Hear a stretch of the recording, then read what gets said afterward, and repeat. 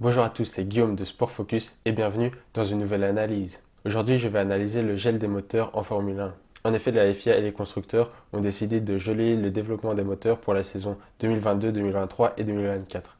En effet, en 2025, des nouvelles réglementations sur le moteur vont arriver et du coup, un nouveau moteur sera en place pour cette année-là. Pendant cette analyse, je vais essayer d'expliquer pourquoi ils ont décidé ce gel des moteurs et à qui ça profite. Commençons d'abord par le contexte et pourquoi est-ce qu'ils ont décidé ce gel de développement de moteur. Alors, la raison principale est évidemment une raison financière. En effet, depuis plusieurs années, la F1 essaye de réduire les coûts et avec le coronavirus, cette stratégie ne fait que s'accélérer. En effet, la Formule 1 voulait déjà mettre un budget limité avant le coronavirus, ils l'ont juste mis en place plus tôt et cette idée de geler le développement des moteurs est juste une étape en plus. Avec ce gel des moteurs, les constructeurs vont dépenser beaucoup moins d'argent et du coup pourront rentrer plus facilement dans cette limite de 145 millions de dollars pour la saison 2021 et qui va être réduit à 140 millions de dollars pour 2022 et 135 millions de dollars pour 2023.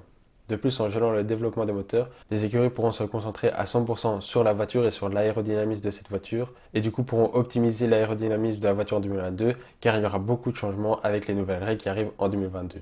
Avec ces deux raisons, on peut comprendre que les écuries ont décidé de geler les moteurs pour se focaliser à 100% sur l'aérodynamisme de la voiture, sans payer trop cher. Mais du coup, à qui ça profite le plus ce gel de moteur? Personnellement, je pense qu'il profite à Red Bull et AlphaTauri en premier.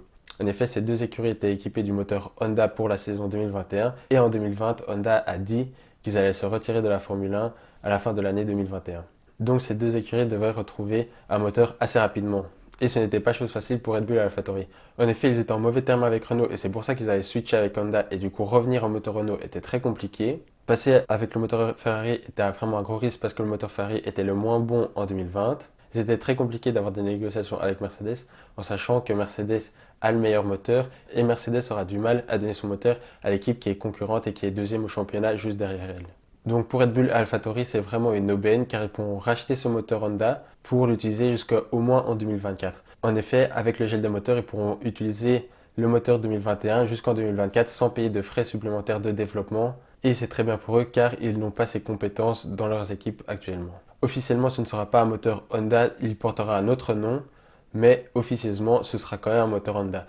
Red Bull l'a déjà fait avec le moteur Renault, où dans le passé, le moteur ne s'appelait pas le moteur Renault, mais le moteur Taguer, mais c'était quand même un moteur Renault, juste le nom n'était pas Renault, mais Taguer. Ce gel de moteur profite évidemment au meilleur moteur sur la grille, qui est celui de Mercedes. En effet, c'est le plus fiable. Depuis l'installation de ce moteur hybride, le moteur Mercedes est le plus performant, est le meilleur, et c'est pour ça que Mercedes est devant depuis cette année-là. Et avec ce gel de moteur, ils garderont un avantage jusque 2024.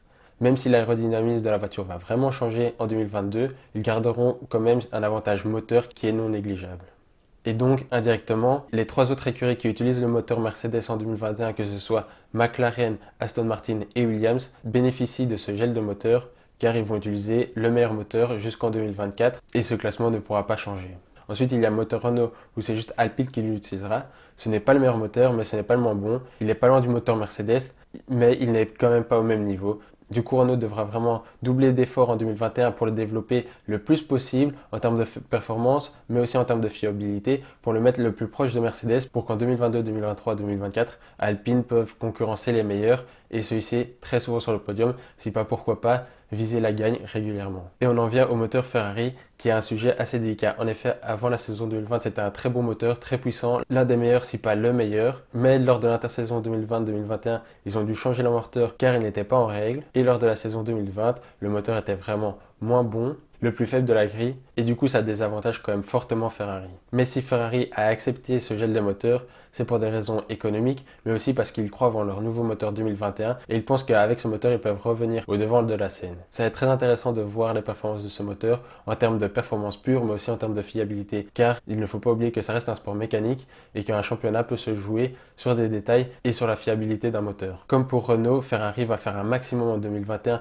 pour rapprocher son moteur de celui de Mercedes et de Honda, pour que dans les années à venir, ils puissent jouer la gagne régulièrement. En effet, ça reste Ferrari. Pour le bien de la Formule 1, Ferrari doit être sur le devant de la scène, doit être devant sur la grille et doit gagner des courses. La saison 2020 doit rester une exception et ne doit pas devenir une normalité pour Ferrari. En résumé, je pense vraiment que ça avantage le moteur Mercedes et les équipes qui l'utilisent. Ça avantage aussi Red Bull et AlphaTauri car ils pourront garder leur moteur, même si c'est un autre nom, ce sera le même moteur et du coup ils seront compétitifs dans les années à venir. Et c'est un vrai challenge pour Ferrari qui doit vraiment développer un nouveau moteur en 2021 pour qu'il soit le plus performant possible, pour revenir au devant de la grille. Et cet enjeu sera juste pas pour l'année 2021, mais va vraiment conditionner les 3 prochaines années jusqu'à 2024. J'ai vraiment hâte que cette saison 2021 commence pour pouvoir analyser les performances et voir aussi l'impact que ça aura dans les années à venir, car vraiment cette année 2021 va vraiment être spéciale avec l'introduction du nouveau budget et maintenant avec le gel des moteurs à la fin de la saison. Ça va vraiment être un tournant pour le futur de la Formule 1. Donc si tu as aimé la vidéo, n'oublie pas